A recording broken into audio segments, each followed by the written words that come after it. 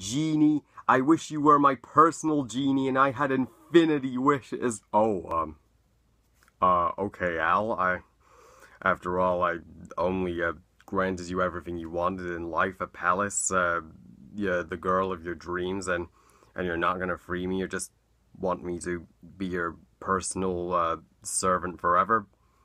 Okay. Nah, just kidding, Genie, I wish for your freedom. Whoa!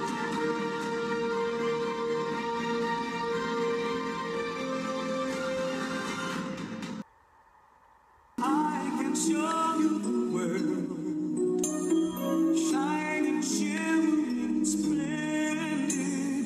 Tell me, princess, now when did you last let your heart decide? Aladdin, directed by John Musker and Ron Clements, the directors of The Little Mermaid and Moana, and is the fourth Disney Renaissance movie. So Aladdin tells the classic story of Aladdin. He's really poor, what they call a street rat, just desperately trying to live, and is forced to steal food and evade the guards every day on the streets of Agrabah, the ancient enchanting Arabian city, until one day he comes across the Princess Jasmine, who is just sick and tired of being forced to marry by her father, the Sultan.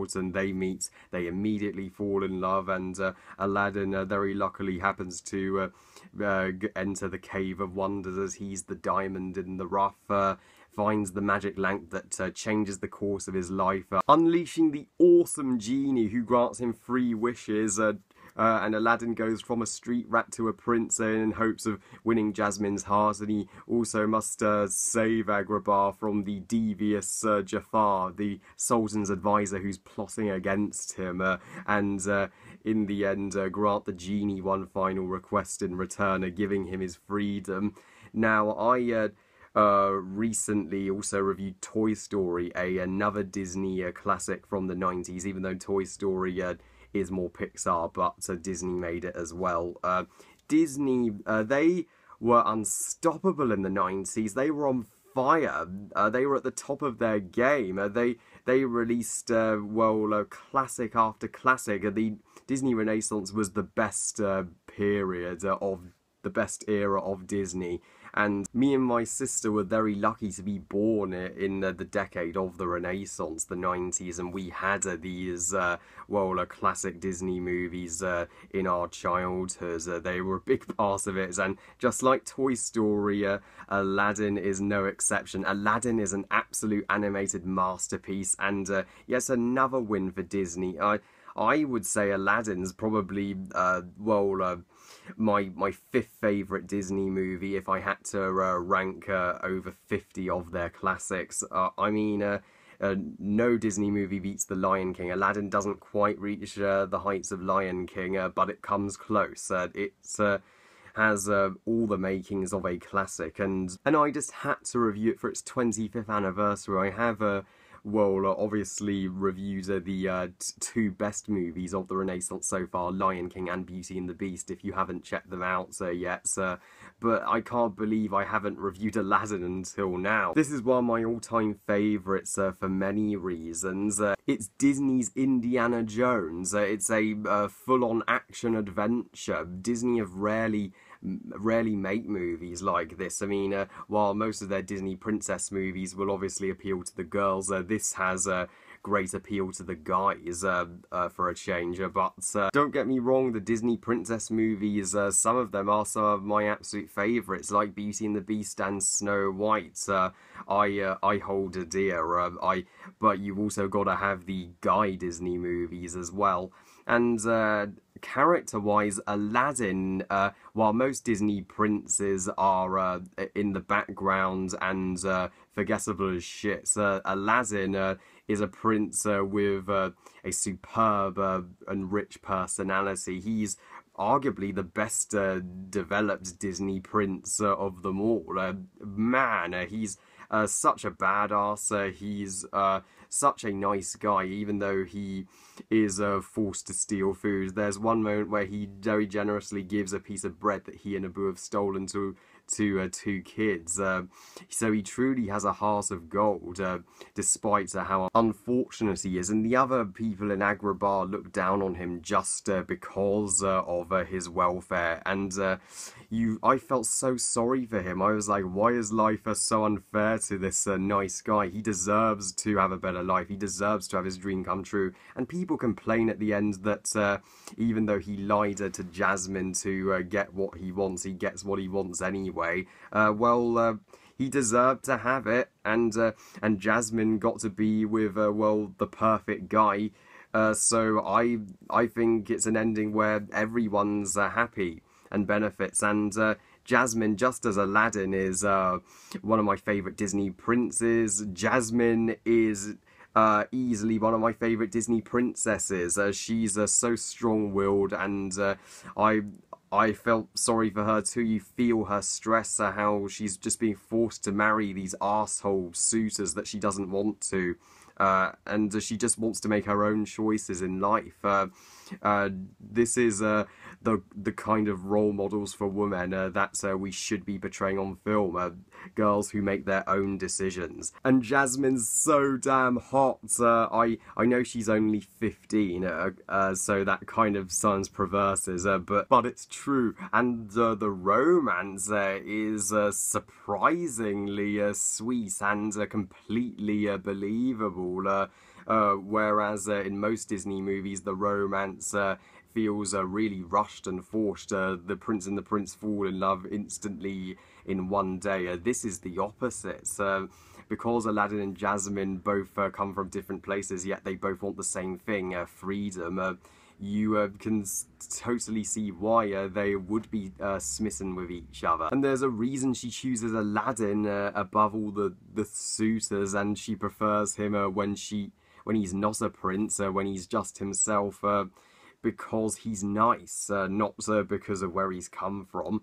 And Abu is so cute. So he's a delightful companion for Aladdin. Sure, he has his selfish moments, but he learns to get over that. And while the Sultan may be kind of a King Triton ripoff, it's hard not to fall in love with him because of how bumbling he is, and he just wants the best for Jasmine, despite him being hard on her. And Jafar is a great villain. Jafar's one of my favourite characters in this movie. While at first he might seem like a cliched advisor who just wants to take power from the Sultan, he's much better than you'd think. He actually provides a sustained threat throughout the movie, even when he doesn't have the lamp, when he tries to manipulate the Sultan into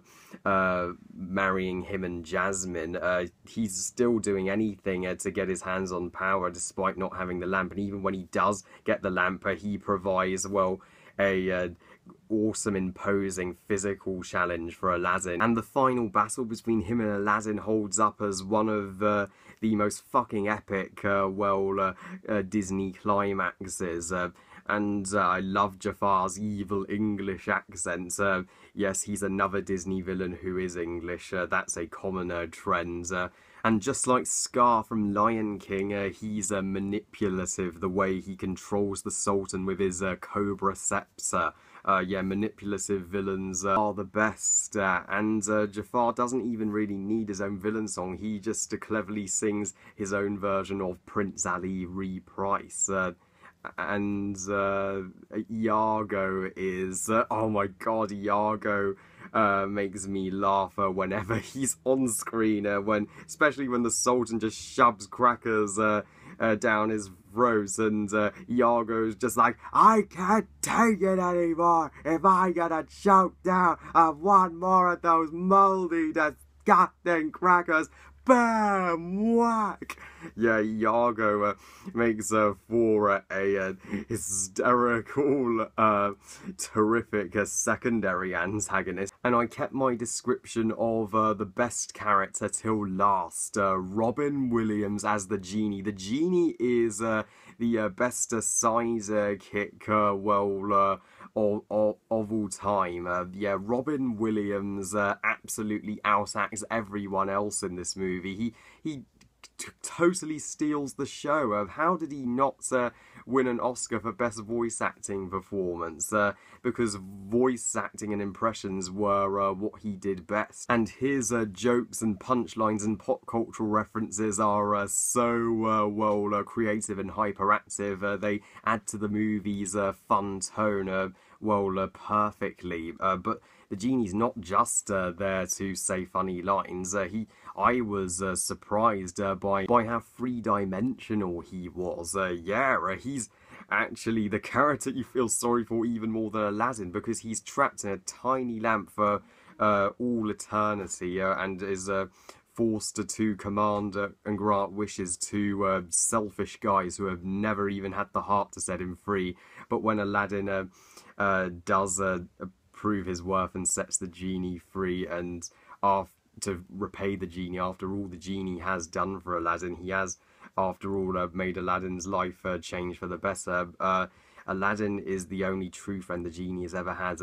While some may say Aladdin and Jasmine's romance is the heart of the movie, I would personally say otherwise. I think Aladdin and the genie's relationship is the emotional core of the movie. And Aladdin's an absolute treat because it's one of the funniest Disney movies ever made. It's more light-hearted, it's not afraid to have fun with itself. There's no famous Disney death in this one, but this movie didn't need that. It has enough threats, and it's heart-wrenching when the genie has no choice but to do Jafar's bidding, and he knows he's committing evil, but he can't help it. It has exciting action scenes as well, especially the Cave of Wonders collapsing and Aladdin flying on the magic carpet, trying to escape the cave before he's done for. It's quite exhilarating, and the animation obviously is enchanting and beautiful. The hand-drawn animation, it's clearly better than CGI. The Cave of Wonders itself is one of the coolest things in the movie. It's a big tiger head, and inside a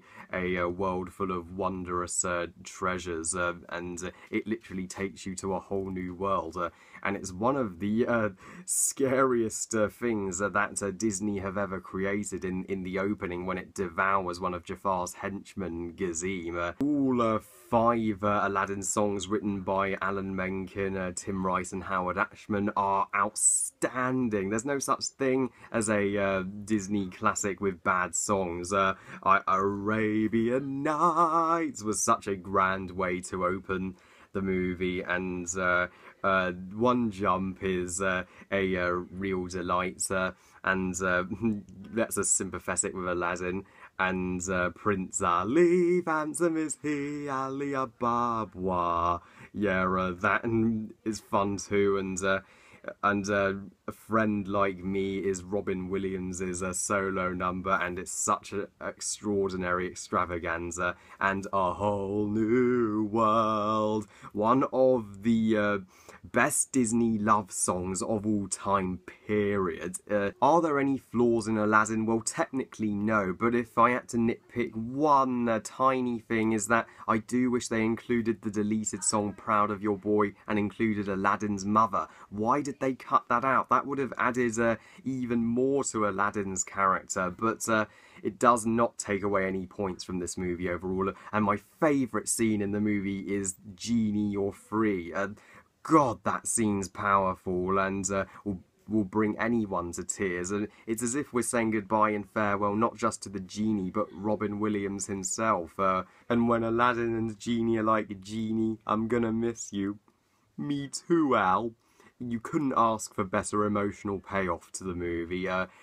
So Aladdin, happy 25th birthday. You are another win for Disney. Obviously it's gonna get 5 stars. I give Aladdin 5 stars out of 5. The genie is Robin Williams' best performance, no matter what anybody says. He is the genie, which is why I think that shitty, pointless Aladdin remake with Guy Ritchie is gonna suck hard without Robin Williams. Well, I love you guys. Thank you for watching. I hope you guys enjoyed this review. And what do you think of Aladdin? Please comment, let me know. Please like this video and subscribe. Please follow me on Twitter and on Google+. And I'll see you next time when I review Toy Story 2. I'll see you then. Bye, guys.